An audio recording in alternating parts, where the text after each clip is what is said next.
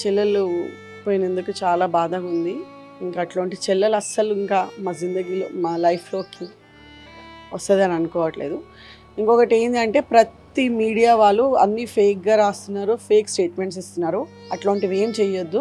ఎందుకంటే మేము ఇప్పుడే చాలా లాస్లో ఉన్నాం. ఇంకా లాస్ చేయొద్దు మీడియా అనేది. ఏది నిజం, ఏది తప్పు, ఏది కరెక్ట్గా తెలుసుకొని రాయండి రాసేది ఉంటే. లేదు అంటే మేమేమి మీకు ఫోర్స్ చేస్తలేము రాయమని చెప్పేసి మమ్మల్ని బయట పెట్టమని మేము అడగట్లేదు. ఇప్పటికీ చాలా లాస్ జరిగింది కాబట్టి ఇది. ఇంకొకటి నేను ఖండిస్తున్నాను ఏంటి అంటే Lasya Anandita personal PA plus driver అని చెప్తున్నారు ఆకాష్ అని. ఆ అబ్బాయి పైన మా రెండో సిస్టర్ వెళ్ళి కంప్లైంట్ ఇచ్చింది పోలీస్ స్టేషన్లో అని. ఆ సెక్షన్స్ కింద అబ్బాయిని బుక్ చేసింది అని చెప్పి. కానీ మేము ఇప్పటివరకు అట్లాంటిది ఏమి కంప్లైంట్స్ ఇవ్వలేదు. దయచేసి ఎవ్వరు కూడా మేమేం కంప్లైంట్ ఇవ్వలేదు, పోలీస్ కంప్లైంట్ ఇవ్వలేదు. మా అబ్బాయి ఎట్లాగా అబ్బాయి కూడా మాకు అట్లాగే మా సొంత పిల్లోళ్ళలాగానే. కాబట్టి అబ్బాయి పైన మేము ఎట్లాంటి కంప్లైంట్లు ఇవ్వలేదు. ఇది నేను ఖండిస్తున్నాను. ఎవ్వరు కూడా ఇది రాయొద్దు. రాసిన ఈ సెక్షన్ ఆ సెక్షన్ అంటే మటుకి మేము ఊరుకోం.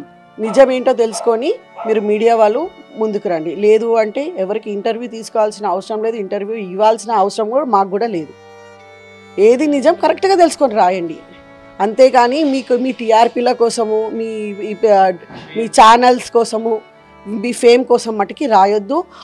ఒక ఇంట్లో ఇంత లాస్ జరిగినాక ఇంకా లాస్ చేయొద్దు. ఇంకా మీడియా ముందు వాళ్ళ ఫ్యామిలీని తీసుకొచ్చి హేళన చేయొద్దు. ఏదన్నా కూడా కరెక్ట్గా తెలుసుకోండి. మీ టీఆర్పీల కోసం వేరే వాళ్ళని బలి చేయకండి. అంటే ఈ ఇన్సిడెంట్ ఎప్పుడు జరిగింది, ఎక్కడ జరిగింది అనేది క్లియర్గా చెప్తారా మ్యామ్? ఈ ఇన్సిడెంట్ అనేది నిన్న మార్నింగ్ 5 o'clockకి ఆ టైంలో జరిగింది.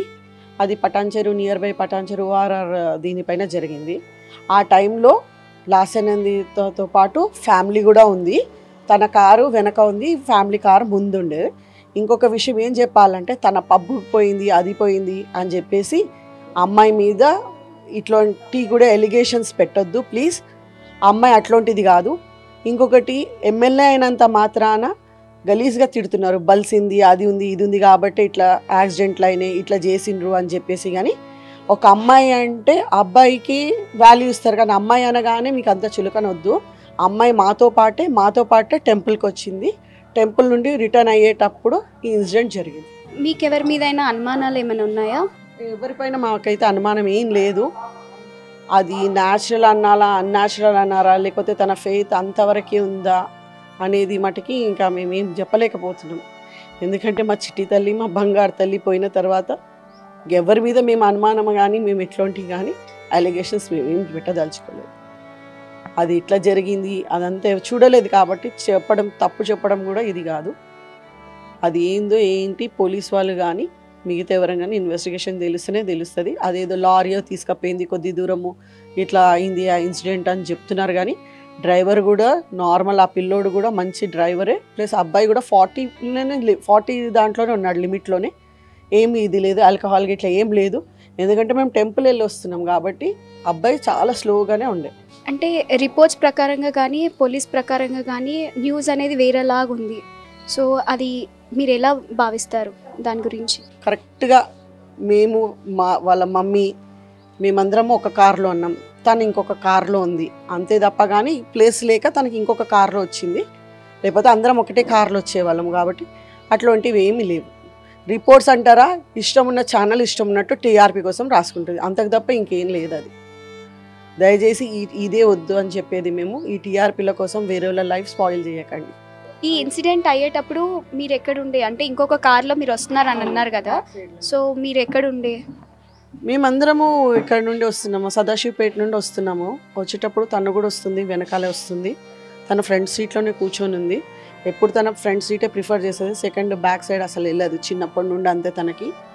ఇప్పుడే కాదు, చిన్నప్పటి నుండి తనకి ఎంత అంటే ఒక చిన్నది అదే చెప్తే అదే చేస్తుంది, అంతకు తప్ప. కానీ లాడ్ ఎక్కువ అందరికీ. ఫ్రంట్ సీట్లోనే కూర్చొని వస్తుంది.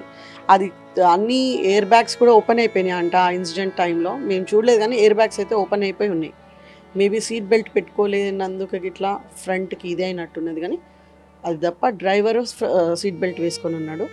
తను మరి వేసుకుందో లేదో అప్పటికి మేము వెళ్ళే వరకు అక్కడికి ఆ డెడ్ బాడీ బయటికి తీసి ఉన్నారు కాబట్టి మాకు అంత క్లారిటీ లేదు. అంటే ఇన్సిడెంట్ అయ్యేటప్పుడు మీకు కాల్ అనేది ఎవరు చేశారు? మీకు ఫస్ట్ ఇన్ఫర్మేషన్ ఎవరు ఇచ్చారు? ఇన్సిడెంట్ జరగగానే తేరుకొని ఆకాష్ అనే అబ్బాయి ఎవరైతే డ్రైవింగ్ చేస్తున్నాడో ఆ అబ్బాయి కాల్ చేసి చెప్పాడు, ఇట్లా ఇట్లా యాక్సిడెంట్ అయింది, మేము ఈ ప్లేస్లో ఉన్నామని లొకేషన్ పంపించాడు. పంపించిన తర్వాత అమ్మాయికి కూడా ఇది చేస్తున్నాడు, అక్క లేవు అంటుంది. కానీ నేను అక్క లేస్తలేదు, నా కాళ్ళు ఇది అయిపోయినాయి, నా రిప్స్ మేబీ ఇరిగిపోయి ఉంటాయి అని చెప్పేసి ఏడుస్తుంటుంటే మా అమ్మాయి 108కి కాల్ చేసేసి చెప్పి ఏడవకని చెప్పేసి 108కి కాల్ చేసి అక్కడ నుండి మళ్ళా అంబులెన్స్ వాళ్ళు పోలీస్కి ఇన్ఫామ్ చేయడం జరిగింది. మేమే కాల్ చేసాము, ఏమైంది ఇంతసేపు అయింది ఇంకా రాలేదు, మేము వచ్చేసినాం మీరు ఎందుకు రాలేదు, 1 అవర్ అయిపోతుంది అని చెప్పేసి అనేసి చేసిన తర్వాత మళ్ళీ రోడ్డు పైన ఓఆర్ఆర్ పైన పెట్రోలింగ్ వ్యాన్ వచ్చి చూసి కూడా అబ్బాయి చెప్తున్నాడు ఏంటంటే అసలు హెల్ప్ చేయకుండా ఇగ్నోర్ చేసి వెళ్ళిపోయిందంట. ఇట్లాంటి ఇన్సిడెంట్ జరిగినప్పుడు అక్కడ ఓఆర్ఆర్ పైన ఉంటాయి కదా, హెల్పింగ్ వ్యాన్స్ ఉంటాయి కదా, అవి కూడా ఏం హెల్ప్ చేయలేదు. ఆ అబ్బాయికి మేమే కాల్ చేస్తే ఆ అబ్బాయికి అన్కాన్షియస్ టైప్లో అయిపోయి ఫోన్ కూడా అబ్బాయికి లిఫ్ట్ చేయడానికి రాలేదు. మేము చేసేసరికి సడన్గా ప్రెస్ చేసి మాట్లాడినాడు. మేము చెప్పిన తర్వాతనే మళ్ళీ మా సెకండ్ సిస్టర్ ఏసీపీకి కాల్ చేసి ఇట్లా ఇట్లా మా సిస్టర్ ఉంది అని చెప్తే సరే అని చెప్పేసి అది కూడా అప్పటికి కూడా వాళ్ళ అంబులెన్స్ వాళ్ళు మేము ఇంజూరీ అయిన పిల్లని తీసుకుపోతాం కానీ బాడీ ఇట్లా ఇంకొక లేడీ ఉంది కార్లో, మేము తనని తీయమంటే మేమే రిక్వెస్ట్ చేసి ఆమె ఎవరో కాదు మా చెల్లెలు ఇట్లా కంటోన్మెంట్ ఎమ్మెల్యే లాసెనందిత అని మేమే పర్సనల్గా చెప్తేనే అప్పుడు మా ఇంటి వాళ్ళు వెళ్ళే వరకు వాళ్ళు ఆపి పెట్టి వెళ్ళిన తర్వాతనే దింపినారు కిందికి. ఏం చెప్పాలని ఏం లేదమ్మా, ఇప్పుడు ఎంత జరిగిన లాస్ అయితే జరిగిపోయింది. కనీసం ఇప్పుడున్న అబ్బాయి ఎక్కడైతే ట్రీట్మెంట్ అవుతుందో అబ్బాయికి కనీసం వాళ్ళ ఫ్యామిలీకి బాధ పెట్టకుండా వాడిపైన ఇట్లా కేసులు పెట్టినాం అది పెట్టినాం, ఆల్రెడీ వాళ్ళ పేరెంట్స్కి కూడా ఉంటుంది బాధ, నా కొడుకు ఇట్లా పోయి ఇట్లా అయినాడు అని చెప్పేసి ఉంటుంది.